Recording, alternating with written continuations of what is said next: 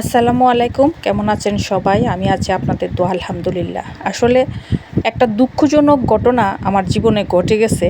সেটা আসলে আস্তে আস্তে করে আমি একটু একটু করে আপনাদের মাঝে তোলার চেষ্টা করতেছি। দয়া করে যাদের ভালো না লাগে তারা এড়িয়ে যাবেন, আর যাদের ভালো লাগে মন দিয়ে কথাগুলো শুনবেন। পরের মেয়ে বলে কোনো এটা একটা কথা। নিজেদের বালা 16 আনা আর পরের মেয়ের বালা একান হয় না। নিজেদের বাড়ির মেয়ের ইজ্জত আর পরের বাড়ির মেয়ের ইজ্জত বলতে কিছু নাই। নিজেদের বাড়ির মেয়ে মেয়ে আর অন্যের বেলা নদীর জলে কি বেশি আসছে? হ্যাঁ, যাই হোক, ভুল কিছু হলে ক্ষমা করবেন। আমি রামনগর রায়পুরা নরসিংদীর দৃষ্টি আকর্ষণ করতেছি। এ হচ্ছে শাহিন, আমার হাজব্যান্ডের চাচাতো ভাই। কখনো শুনছেন কোনো মহিলার পিছে এইভাবে মানুষ লাগতে? আমি এর কি অন্যায় করছি? আমি এর কি ক্ষতি করছি? আমি এর সাথে আমি এর কি কি করলাম যে আমার পিছে সে এভাবে লাগে আছে? এরে কি আমি টাকা দেওয়া চাকর রাখছি আমার সমালোচনা করার লেগা, আলোচনা করার লেগা? এর কি আমি চাকর রাখছি আমার বাসায় জাদুটুনা করার লেগা, লোকজন পাঠাইতে? আমি কি এর চাকর রাখছি আমার ক্ষতি করার জন্যে? এর কি মনুষ্যত্ব বলতে কিছু নাই, যেখানে বারবার নিষেধ করতেছি যে আমার আশেপাশে আমার হাজব্যান্ডের সাথে আমাদের সাথে যোগাযোগ না করুক বা আমাদের নিয়ে আলোচনা না করুক। এর পথে হে চলুক, আমাদের পথে আমরা চলতেছি। এর কি চাকর রাখছি আমি বুঝতে পারি না।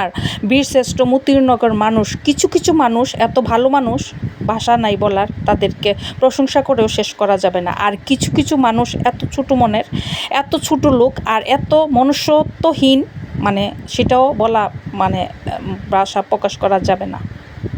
এ হচ্ছে শাহিন, আমার হাজব্যান্ডের চাচাতো ভাই। কি বলবো বলেন? আমি আর আর পারতেছি না।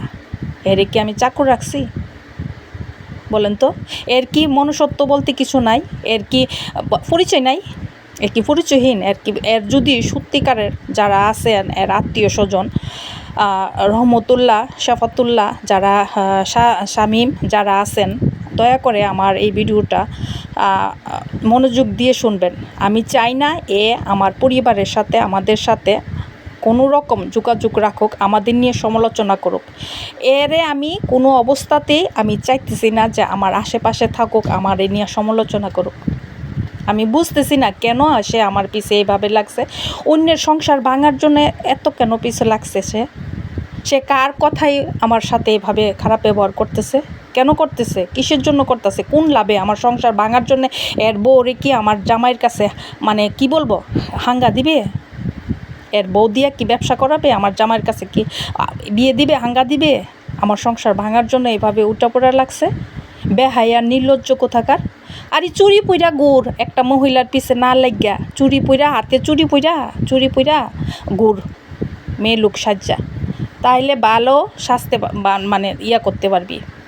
কি শুরু করছে আমি বুঝতে পারতাছি না। এটা কী ধরনের আচরণ, কী ধরনের মানুষ, কী ধরনের একটা, আমার ভাষা নাই বলার। আশ্চর্য ধরনের আলোচনা সমালোচনা করতেছে। আমার জামাই কেন আমারে বিয়ে করছে, আমার জামাই কেন আমারে নিয়ে থাকে, আমার জামাই কেন এ দেশে রাখে, আমার জামাই কেন বাংলাদেশে পাঠানা। আরে তোরে কি আমি চাকর রাখছি এ সমস্ত কথা মানুষের কাছে হাত দিয়ে আর কইতি?